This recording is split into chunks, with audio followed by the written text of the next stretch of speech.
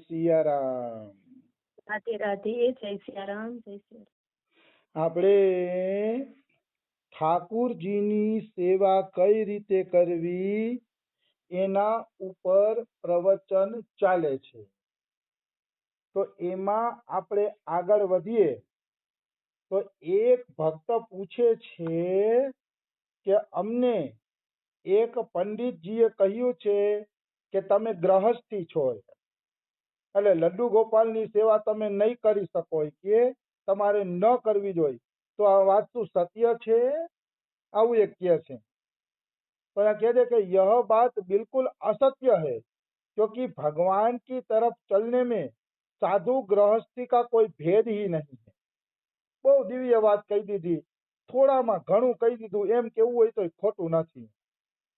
જે લોકો ભગવાન તરફ ચાલે છે પેલા તો એને એ વિચાર જ નહીં કરવાનો કે હું ગ્રહસ્થી છું કે સાધુ છું.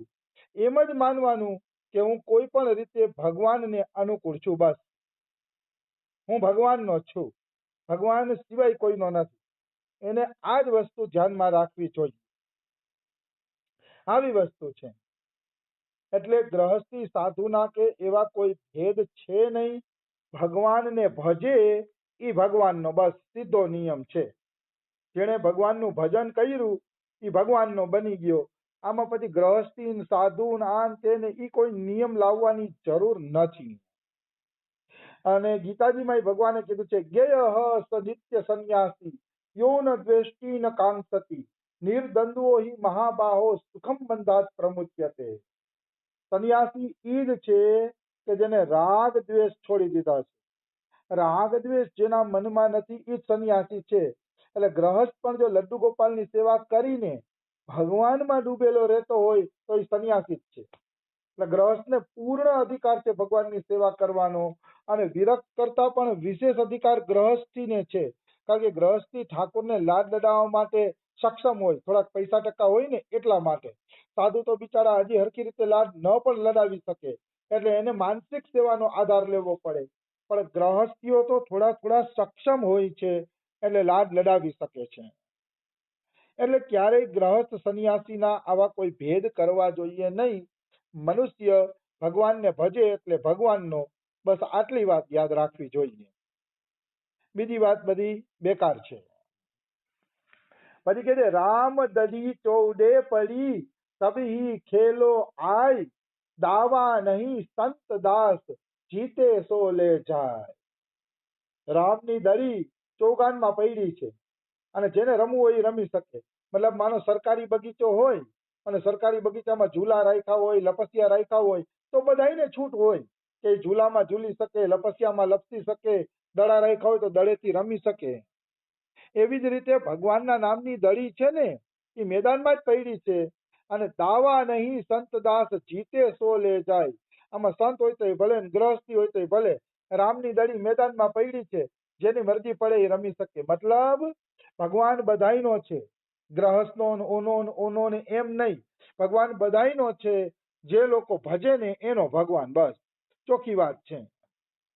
એટલે ક્યારેય એવું માનવું ન જોઈએ કે ગ્રહસ્થનો જ અધિકાર છે, સંન્યાસીનો અધિકાર છે. હું તો એમ કહું છું કે પ્રત્યેક પ્રાણીનો ભજનમાં અધિકાર છે. પુરુષ નપુંસક નારી વા જીવ ચરાચર કોઈ સર્વ ભાવ ભજ કપટ તજી મોહી પરમ પ્રિય સોય.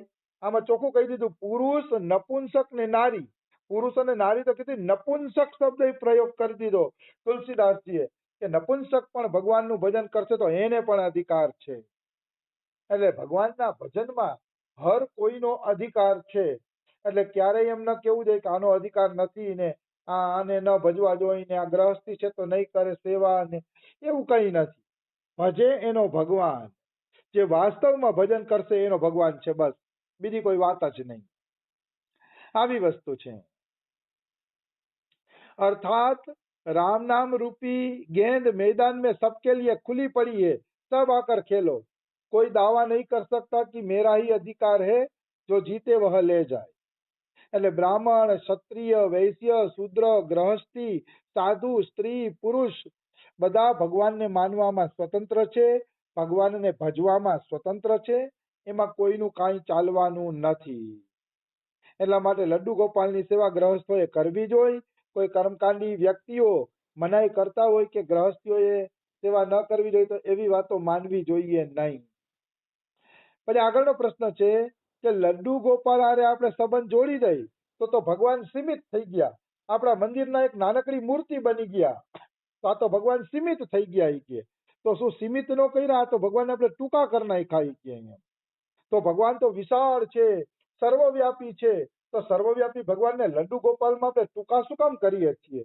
એ તો ભગવાન એક દેશીય થઈ ગયા, ખાલી મૂર્તિમાં જ છે, બીજે નથી એવું થઈ ગયું. તો કે આપણે હું લડ્ડુ ગોપાલમાં ભાવ રાખીને એને સીમિત નથી કરતા એમ? तो कि भगवान कभी सीमित नहीं होते हैं, क्योंकि वे हर समय, हर जगह, हर घटना और हर परिस्थिति में मौजूद रहते हैं. લ્યો, ભગવાન કોઈ દી સીમિત થતા જ નથી. એ હર પરિસ્થિતિમાં, હર ઘટનામાં, બધી જગ્યાએ ભગવાન હાજર રહે છે, મોજૂદ રહે છે. મૂર્તિમાં છે એટલે એનો અર્થ એવો નથી કે મૂર્તિ જેવડા જ ભગવાન થઈ ગયા. સૂર્ય આકાશમાં આપણે નાનકડો જ દેખાય છે તો એનો અર્થ એવો નથી કે એનો પ્રકાશ સીમિત થઈ ગયો. એનો પ્રકાશ ચારેય તરફ કેટલાય કિલોમીટર સુધી જાય છે, લાખો કિલોમીટર સુધી, અરબો કિલોમીટર સુધી. એટલે ભગવાનને કોઈ દી સીમિત ન માનવા જોઈએ. એ તમારી મૂર્તિમાં છે, એ જ ભગવાન પાછા પોતાના તેજ રૂપે, સત્તા રૂપે સર્વવ્યાપી છે, કણે કણમાં વ્યાપેલા છે. એટલે ભગવાનને કોઈ દી મૂર્તિ જેવડા નાનકડા માનવા જોઈએ નહીં. એ ગલતી છે અને એ અજ્ઞાનતા છે. અજ્ઞાનતા છે એમ જ કેવું હોય તો કહી શકાય, બીજું કઈ નથી. આવી વસ્તુ છે. એટલે ભગવાન હર જગહ હર મોજૂદ છે.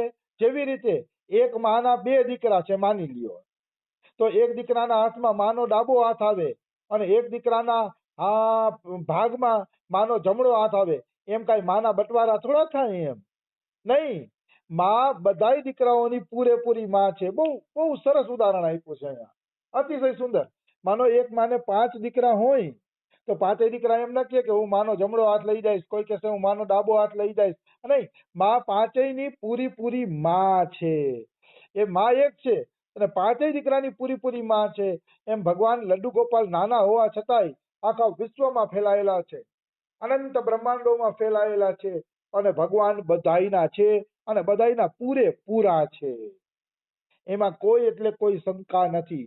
જેમ માના પ્રેમના કટકા ન થઈ શકે, માનો પ્રેમ બધાય માટે સમાન હોય, એમ ભગવાનના પ્રેમના કટકા નો થઈ શકે ને ભગવાનના શરીરના કટકા નો થઈ શકે, કારણ કે એનું શરીર ચિન્મય છે. એ લડ્ડુ ગોપાલમાં હોવા છતાંય સર્વવ્યાપી છે. એટલે એમ નહીં માનવાનું કે અમે લડ્ડુ ગોપાલને હાકડા બનાવી દીધા માનીને. હા, એક વાત અહીંયા હું જરૂર કહીશું, જે લોકો નિત્ય વિહારને માને છે, માધુર્ય ભાવને માને છે ને, એને ભગવાનને ભાવનાથી સંકુચિત જરૂર બનાવી દીધા છે. બસ અમારા નિત્ય વિહારના કૃષ્ણ મોટા, અમારા માધુર્યના કૃષ્ણ મોટા, એ કેવા ગોકુળના કૃષ્ણ મોટા, બીજાને અમે ન માનીએ. હા, આ જીવ પોતાની ગલત ભાવનાના કારણે ભલે એની ભાવના સંકુચિત કરીએ, બાકી ભગવાન વિશાળ છે, સર્વવ્યાપી છે, બધામાં વ્યાપેલા છે.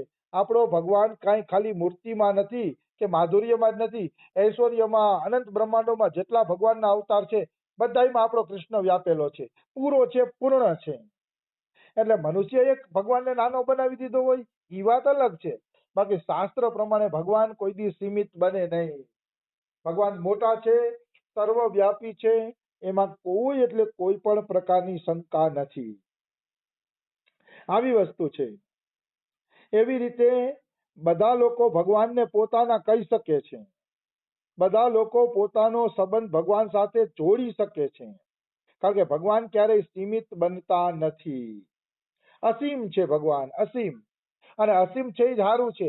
એટલે બધાય ભક્તો માટે ગમે ત્યાંથી ભગવાન પ્રગટ થઈ શકે છે. જો ભગવાન લડ્ડુ ગોપાલમાં જ હોત ને તો આપણા માટે જ પ્રગટ થાત અને આપણા જ લડ્ડુ ગોપાલમાંથી પ્રગટ થાત. પણ ભગવાન અસીમ છે. અસીમ હોવાના કારણે કોઈ પણ ભક્ત માટે ગમે ત્યાંથી ગમે એ રીતે એ પ્રગટ થઈ શકે છે. એમાં કોઈ એટલે કોઈ પણ પ્રકારની શંકા નથી. આવી વસ્તુ છે. અતઃ કૃપા કરીને આપ તો ભગવાન સાથે સંબંધ જોડો. એ ચિંતા ન કરો કે ભગવાન સીમિત છે કે મોટા છે કે નાના, એ ભગવાન આપણને જણાવી દેશે. તમે ભજન તો કરો, ભજન કરશો એટલે ભગવાન જણાવી દેશે કે વાસ્તવમાં ભગવાન કેવા છે. મનુષ્યની ખામી ક્યાં છે ખબર છે? એને છે ને ભજન કરવું નથી અને ભગવાનને ઓળખી લેવા છે કે મારે ભગવાનને જાણી લેવા છે કે ભગવાન કેવા છે. પણ એમ ન ચાલે. પેલા આપણે ભજન કરવું પડે પ્રભુનું. ભજન કર્યા પછી ખબર પડે કે ભગવાન કેવડા છે ને કેવડા નથી. કારણ કે એમને કોણ ઓળખી શકે અનંત કોટી બ્રહ્માંડના એક ભગવાનને એની સાધના કર્યા વગર, એને પ્રેમ કર્યા વગર કોઈ જીવ કેવી રીતે ઓળખી શકે? એ થોડુંક સંભવ જેવું લાગતું નથી, કદાપી સંભવ નથી. આવી વસ્તુ છે. એટલે મનુષ્યએ હંમેશા ભગવાનને મોટા માનવા જોઈએ, એ મોટા જ છે. આવી વસ્તુ છે. પછી આગળનો પ્રશ્ન છે કે હું ગિરધર ગોપાલને મારો પતિ માનું છું અને જ્યાં બી જાઉં છું ત્યાં ગિરધર ગોપાલને સાથે લઈ જાઉં છું. ગિરધર ગોપાલ મારી સાથે ને સાથે જ છે.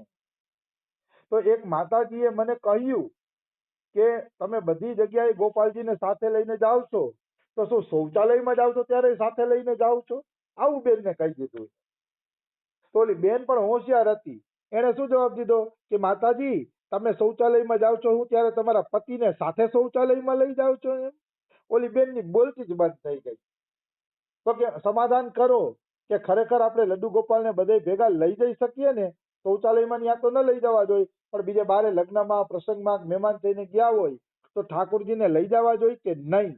બધા એમ કહે છે કે તમે શૌચાલયમાં ઠાકોરજીને ભેગા લઈ જાઓ છો, આવી મજાક કરે છે. તો સાચું બોલો, આનું સમાધાન શું છે? તો આનું સમાધાન એ છે કે જ્યારે જીવ ભગવાનમાં લાગે છે ને ત્યારે કોઈ ને કોઈ સાચું ખોટું બોલશે જ. તમે ગમે એવા સારા કામ કરશો ને તોય કોઈ એમાં નબળું બોલવા વાળું મળી જ જશે. કારણ કે આ સંસારની અંદર કૃષ્ણને કોઈ હારા નહોતા કીધા, કૃષ્ણના વિરોધી હતા, તો આપણા જેવાના તો વિરોધી હોય જ ને. એટલે આ બેને જે કીધું કે તમે શૌચાલયમાં જાઓ છો ત્યારે ગોપાલજીને લેતા જાઓ છો, કેવું વાહિયાત ટીકા કરી નાખી એને. આવી ટીકા કરવાની હોય? એ ઓલા બેને પછી એનું મોઢું તોડી લીધું, એ સારું કર્યું એમ કે તમે શૌચાલયમાં જાઓ છો તો તમારા પતિને લઈને જાઓ છો એમ. ઓલી બેન બોલતી બંધ થઈ ગઈ. એનો જવાબ આ જ હતો, બરોબર છે કે ભાઈ જ્યાં ઠાકોરને જ્યાં લઈ જવાતા હોય ત્યાં લઈ જવાના હોય, જ્યાં ન લઈ જવાના હોય ત્યાં ન લઈ જવાના હોય. આવા પ્રશ્ન જ ન કરવા જોઈએ. પણ આવા પ્રશ્ન કોણ કરે? નાસ્તિક હોય, જેને ઠાકોર સેવા કરવી નથી ને બીજા ઠાકોર સેવા કરે છે ને એને ગમતુંય નથી, એના મનમાં પીડા થાય છે. એવા જ લોકો છે ને આવા પ્રશ્નો કરતા હોય છે. કોઈ સારા માણસો આવા પ્રશ્નો કરે નહીં, ક્યારેય નિશ્ચિત ન કરે. તો અહીંયા લખે છે ભાઈ, જવાબ આપે છે कि आप अच्छे काम करो तो भी लोग कुछ ना कुछ कहेंगे, आप बुरा काम करो तो भी कहेंगे, और आप कुछ भी काम नहीं करोगे तो भी कुछ लोग कहते रहेंगे. મતલબ માણસોનું કામ છે કહેવાનું, એ તમને કીધે જ રાખશે. લડ્ડુ ગોપાલ લઈને ફરશો, આવું સારું કામ કરો છો ને તોય બે માણસ ટીકા કરશે. આવી વસ્તુ છે. એટલે માણસોના કહેવા તરફ ધ્યાન દેવું નહીં, પણ લડ્ડુ ગોપાલને સાથે રાખવા. કારણ કે સાથે રાખશો ને તો તમને ફાયદો એ મળશે કે તમે લડ્ડુ ગોપાલની ભાવપૂર્વક સેવા પૂજા કરી શકશો. તો ભેગા રાખ્યા હોય તો ક્યાંય આપણે લગ્ન પ્રસંગમાં ગયા હોય તો અલગ ઓરડામાં આપણે ઠાકોરને થાળ ધરી શકીએ, જમાડી શકીએ, એનો પ્રસાદ જમી શકીએ. બાકી તો પછી બીજી જગ્યાએ કેવું કેવું જમવાનું હોય છે, એમાં કોઈ ચોખ્ખાઈ પવિત્રતા રાખવામાં આવતી નથી. એટલે મનુષ્ય જો લડ્ડુ ગોપાલને સાથે રાખે ને તો કમસે કમ લડ્ડુ ગોપાલનો પ્રસાદ તો આપણે જમવા મળે એમ. એટલે આવી વાત છે. એટલે મનુષ્યને કોઈ રીતે પહોંચાતું નથી એમ. શાસ્ત્ર વિરુદ્ધ કાર્ય કરો તો ટીકા થશે, શાસ્ત્ર પ્રમાણે હાલીને કાર્ય કરશો તોય ટીકા થશે. इसलिए कौन क्या कहता है ये मत सुनो, आप सब जगह लड्डू गोपाल को साथ लेते जाओ. લોકો શું કહે છે એ ભૂલી જાવ. જ્યાં આપણે લડ્ડુ ગોપાલને ભાવ થાય એ જગ્યાએ આપણે લડ્ડુ ગોપાલને લઈ જવા જોઈએ. લોકો સબસે બડા રોગ ક્યા કહેંગે લોગ, એટલે મોટામાં મોટો રોગ એ જ છે કે લોકો શું કહેશે. એટલે લોકો તરફ બહુ છે ને ધ્યાન ન દેવું. કારણ કે જે લોકો તરફ બહુ ધ્યાન દે છે ને એ પ્રભુનું ભજન કરી શકતો નથી. એ તો નિશ્ચિત વાત છે. જેણે ભગવાનનું ભજન કર્યું છે અત્યાર સુધી, અને જે મહાપુરુષો અત્યાર સુધી બની ગયા છે એને લોકો તરફ દ્રષ્ટિપાત નથી કર્યો. અને જેણે લોકો તરફ દ્રષ્ટિપાત કર્યો છે એને ક્યારેય પ્રભુનું ભજન કર્યું નથી, કરી શક્યા નથી. આવી વાત છે. એટલે હંમેશા ધ્યાન રાખવાનું કે ક્યારેય કોઈ મનુષ્ય તરફ દ્રષ્ટિપાત કરવો નહીં. હજી આ પ્રશ્નનો જવાબ અધૂરો છે, એ આપણે કાલે લઈ લેશું.